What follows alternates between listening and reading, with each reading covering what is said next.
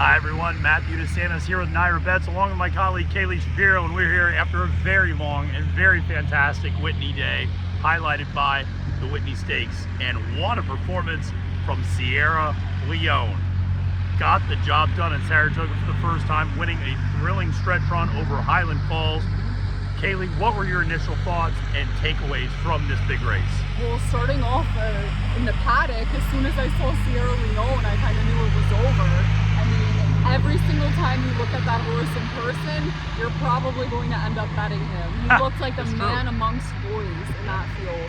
And Sierra Leone, you know, clearly it was never the track here at Saratoga. He ran the same figure today that he did in Travers. Yeah, 109. So Sierra Leone, I mean, the horse always shows up. I was very happy to see him get that win. Yeah. But we sure have to talk about Fierceness and, you know, Yeah. what caused all that trouble for him. Yeah, Fierceness broke really well and kind of actually pinched contrary thinking, who was the rabbit for Chad Brown, back a little bit. But then Dylan Davis did a great job, and he did his job with that horse, that's for sure. I hope he gets a little bit of the winner that Sierra Leone got, because what he did was he circled back around to the outside of Fierceness. We always said, what does Fierceness not like?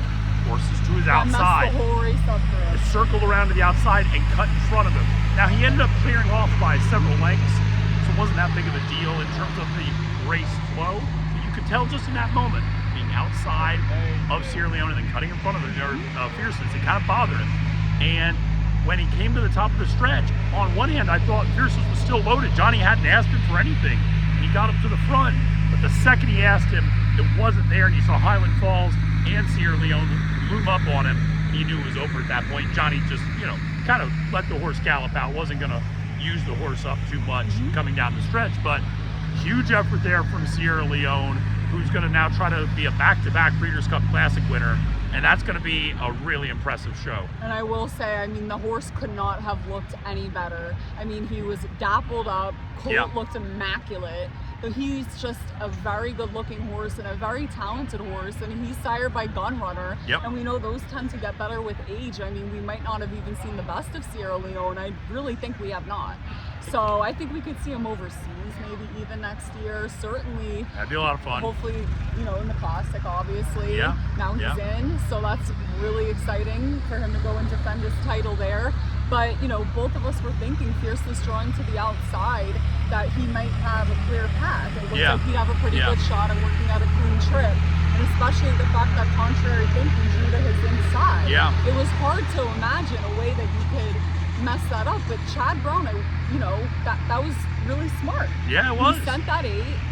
All he had to do was bother Fierceness. His job was done. And I almost wonder if But him not to getting pinched, take away from Sierra Leone. He earned that. He did. And we should also say Highland Falls sat the same trip Fierceness did. Those two were really neck and neck. And Highland Falls finished with full run and looked great doing it. We both thought that horse was sitting on a big effort. 13-1 to close out in an exacta. I mean, that's a nice horse. And I'm excited to see him. I'd imagine he's going to go to the Breeders' Cup Classic too, because he won the Jockey Club Gold Cup last year at 1.25 miles. So you know the distance isn't going to be an issue for him. I wonder if they turn him around quick, not to speculate. Maybe. But maybe that would be a lot. It's a possibility. I mean, that horse, he ran a huge race. He did. You know, to finish second to Sierra Leone, who I have a very high opinion of, and I think a lot of people do. Is you know, that was only his second start off the bench. That was a really impressive horse. And how about Disarm? He rounded out the try. Well, you brought up Gunrunner earlier, and I was going to make a point. Gunrunner had 2 of the top 3 in the Whitney, and those Gunrunners were so precocious out of the gate in his first crop. You know, the Tabas of the world, and you had some really nice horses. Cyberknife was in that group for a while, you know, and so you had these really precocious 2 and then eventually 3-year-olds. And it's important to remember, a lot of them have been retired to stud, the best ones, at a young age. But Sierra Leone, Disarm, they kept running. And just like that, they're getting better. And Sierra Leone, listen, he has always been a man amongst boys when he walks in the paddock. Like, I remember picking Fierceness in the Jim Dandy last year, and Sierra Leone walked in the paddock, and I thought, I must be the dumbest son of a gun in the world right now, because Sierra Leone looks a picture, because he always does. But he got the honest pace this time. He got the setup, and credit to Chad Brown, because this is a horse that you've talked about before. It's not always the easiest to train. Lugged in sometimes can be a little difficult. They were fiddling around with the bits, you know, that he had in his mouth. it seems like they figured a lot out with Sierra Leone because he doesn't have the lugging in issues anymore. Flavian figured it out kind of when to make a move with him, I think a lot more effectively. And man, he just looks so good today. And I can't wait to see him out in Del Mar in a few months. Yeah, he's definitely grew out of a lot of those immaturities and stubbornness that he had. He looked amazing coming down that stretch. I mean, I think any horse, any trainer should be pretty scared to face that horse anytime after this. I think he's going to continue to stay true to this form and maybe even get better. Well, he's never been out of form. That's the thing about Sierra Leone. He never runs a bad race. No, but he can get even, I mean, he's a serious horse. When you see that horse coming down the stretch, it's over. And I think the second quarter was pretty fast, but and he did get it on his pace, but it wasn't suicidal. It wasn't it wasn't. Fast, it wasn't. And that's anything, why you have to hand him his flowers, because really that people criticize so much. He needs the massive setup. He needs this. He needs that. I mean, I don't think that he needed any sort of massive setup in that race. No, I think... And I think if the rabbit wasn't there, contrary to thinking, he still might have won. He still would have won. Still would have won. Because here's the thing. It wasn't so much the pace, which was... and I'm going to be interested to look at Fierceness's fractions that he ran. Because an important thing to point out is Mama's Gold and Contrary Thinking really drew off from the rest of the field. And were 5, 6, 7 lengths clear at the, down the backstretch. And all of a sudden, when you look at Fierceness leading that second vanguard group, that's what kind of threw me off. Not threw me off, but I thought, this could be a problem. Because I don't love it when there's two front runners and a big gap, and then a horse kind of assumes the lead of a second group. Fierceness, I think, runs best when he's got a target relatively close to him and he can be to their outside.